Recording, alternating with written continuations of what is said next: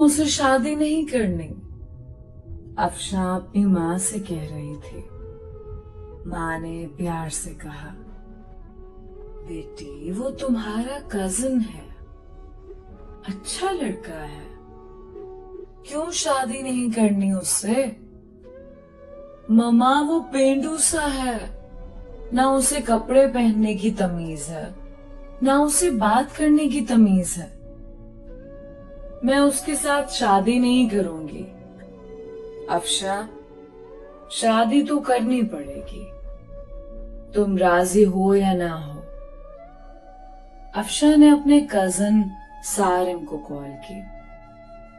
सारिम, मैं तुमसे शादी नहीं करना चाहती, तुम शादी से इनकार कर दो। सारिम ने कहा, मैं माँ बाप की मर्जी के खिलाफ नहीं जा सकता, मैं तुम्हारे साथ जिंदगी भर नहीं रह सकती।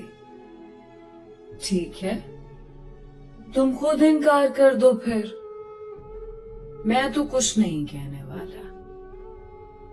अफशा ने जब देखा उसकी शादी सारिम से कर रहे हैं, उसने खुदकशी करने के लिए घर में पड़ी काफी सारी दवाइयां खा ली, अस्पताल ले गए, डॉक्टर्स ने मैदा वॉश किया, जान बच गई। अफशा ने अपनी माँ के सामने हाथ जोड़े, मम्मा मुझ पे रहम करो, मैं उस जाहिल इंसान के साथ नहीं रह सकती, वो भी गांव में।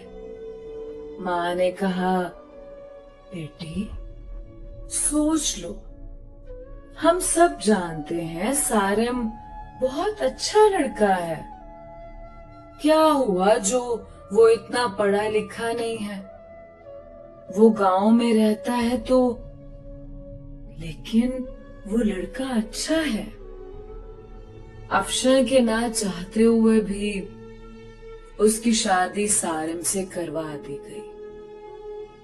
अफशा ने बस समझ लिया कि अब जिंदगी बर्बाद हो गई, सारे ख्वाब खत्म हो गए, सब खुशियां जला दी गई हैं, सब कुछ एक जाहिल इंसान के हवाले हो गया। पहली रात थी। अफशा ने सारिम को कहा, सारिम तो मुझसे शादी करना चाहते थे, शादी हो गई है, लेकिन मुझसे दूर रहो। सारिम मुस्कुराते हुए कहने लगा, ठीक है अफशा, आप इतना गुस्सा क्यों कर रही हैं? अफशा गुस्से से बोली, तुमने मेरी जिंदगी तबाह कर दी है सारिम। सारिम ने एक डिबिया खोली, उसमें चमकती हुई अंगूठी थी। उसने वो डिबिया अफशा के सामने रखी और कहने लगा, अफशा ये गिफ्ट आपके लिए। अफशा ने अंगूठी उठाकर साइड पे रख दी और करवट बदलकर लेट गई, रोने लगी। सारिम नवाफिल अदा करने लगा, फिर अफशा के पास लेट गया। यूं जिंदगी का सफर शुरू हुआ। अफशा का दम घुटने लगा सारिम के साथ। सारिम देखने में खूबसूरत था, बस ज्यादा पढ़ा लिखा नहीं था, डिसेंट सा भी नहीं था। अफशा मॉडर्न सी लड़की थी। सारिम सुबह उठते ही अफशा का माथा चूमता, फिर खुद नाश्ता बनाता। अफशा को गुस्सा आता, ये बंदा मुझे इम्प्रेस करने के चक्करों में है। अफशा जब सारिम के हाथ का बना खाना खाती, बहुत हैरान होती, इतना मजे का खाना। सारिम रात को थका आ रहा था, अफशा बस खामोश सी अपनी दुनिया में गुम सी रहती। उसको कोई परवाह नहीं थी सारिम की। सारिम भी अफशां को कुछ ना कहता था। घर आकर खाना बनाता, अफशां को खाना देता। अफशां पत्थर दिल थी शायद, ना घर की सफाई करती, ना वो सारिम के कपड़े धोती। सारिम अपने काम खुद करता। साल गुजर गया। सारिम अफशां की हर बेरुखी चूम कर बर्दाश्त करता। अफशां को यूं लगता था एक बदूसा इंसान पल्ले पड़ गया है। सारिम चूंकि एक मर्द था, वो औरत पे हाथ उठाना मर्द की शान के खिलाफ समझता था। फिर उस पे हाथ उठाना जो हमसफर हो। सारिम ने एक दिन कहा, अफशां, तुम अपना ख्याल क्यों नहीं रखती पागल? देखो रंग कितना धीमा पड़ गया है तुम्हारा। तुम्हारे बाल देखो कितने रूखे से हो गए। सारिम अफशां के पास बैठ गया। 1 साल के बाद सारिम ने यूं अफशां को छुआ था। अफशां के बालों में ऑयल लगाने लगा। वो बोली, छोड़ दो मुझे सारिम। नहीं छोड़ूंगा। अफशां ने धक्का दिया। ऑयल सारिम के ऊपर गिर गया। अफशां जाने लगी उठकर। सारिम ने बाजू पकड़ा, पास बिठा लिया। मुस्कुराते हुए कहने लगा, अफशां, मैं यूं ऐसे आपको नहीं देख सकता। मेरा बाजू छोड़ो सारिम, मुझे दर्द हो रहा है। सारिम ने पास बिछाया। अफशां के सर में ऑयल लगाना शुरू किया। सर में ऑयल लगाया, फिर चेहरे पे स्क्रब करने लगा। अफशां खामोश बैठी। सारिम ने मुस्कुराते हुए कहा, चुड़ैल जाओ, अब शावर लेकर आओ और पिंक ड्रेस पहनो। मैं तुम्हारी फेवरेट बिरयानी तैयार करता हूं। अफशां हैरान थी। इतनी बेरुखी पे भी इतना प्यार करता है सारिम। अफशां शावर लेकर आई। आज चेहरे पे अजीब सी चमक थी। अफशां ने अपने दोस्त को कॉल की। यार, सारिम ने ऐसे किया मेरे साथ। उसकी दोस्त ने कहा, सारिम अच्छा इंसान है, उसकी कदर करो। अफशां बोली, वो मुझे इम्प्रेस कर रहा है। उसकी दोस्त ने कहा, अफशां, किस्मत वालों को ऐसे मर्द, ऐसे हमसफर मिलते हैं। इतने में सारिम ने आवाज लगाई, जहां पना खाना तैयार है, आ जाओ। अफशां मुस्कुराने लगी। आज बिरयानी से मजे की खुशबू आ रही थी। अफशां ने खाना शुरू किया। इतने मजे की बिरयानी थी, उसका दिल चाहा तारीफ करे सारिम की, लेकिन खामोश रही।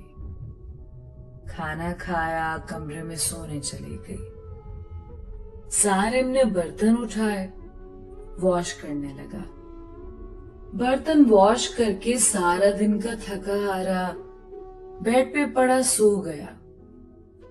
सुबह उठा, अफशां को उठाया और बोला, अफशां, मेरी जान, नाश्ता तैयार कर दिया है, कर लेना, मैं जा रहा हूं।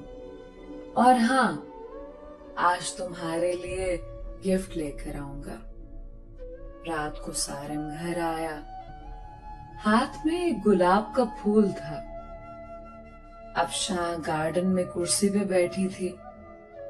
हल्की सी हवा चल रही थी। शाम का वक्त था, हल्की सी रोशनी थी। सारिम घुटने के बल बैठ गया। गुलाब का फूल अफशा को दिया। मुस्कुराते हुए कहने लगा, हैप्पी बर्थडे अफशा। अफशा चौंक कर बोली, तुमको कैसे याद है मेरा आज बर्थडे है? हम सफर हूं आपका अफशा। पेपर्स निकाले एक लिफाफे से। अफशा का हाथ पकड़कर कहने लगा, जानती हो ये पेपर्स किस चीज के हैं? अफशा का दिल धड़कने लगा। क्या है ये सारिम? ये हम दोनों की खुशी है अफशा। बताओ सारिम, ये क्या है? वो प्यार भरे लहजे में बोला, ये हमारे नए घर के पेपर्स हैं। मैंने नया घर लिया है और तुम्हारे नाम किया है। अफशा को यकीन नहीं हो रहा था। अफशा ने देखा, नया घर, वो भी मेरे नाम। अफशा कुर्सी पे बैठ गई। आंखों में आंसू आ गए। सारिम, इतनी मोहब्बत।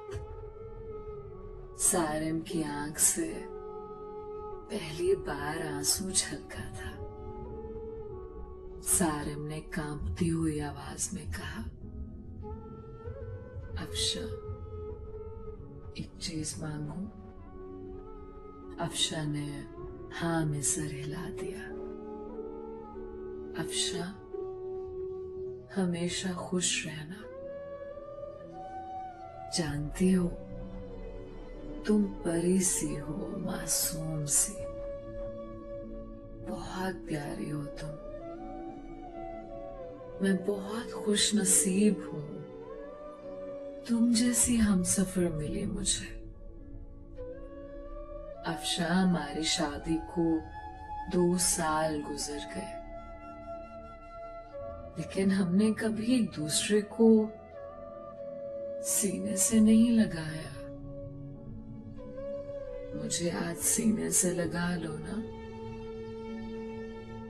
अफशा ने ना चाहते हुए आज सारिम को सीने से लगा लिया। सारिम जोर से सीने से लगा। रोते हुए कहने लगा, ये बाहें, क्या पता फिर नसीब हो ना हो। इतना कहकर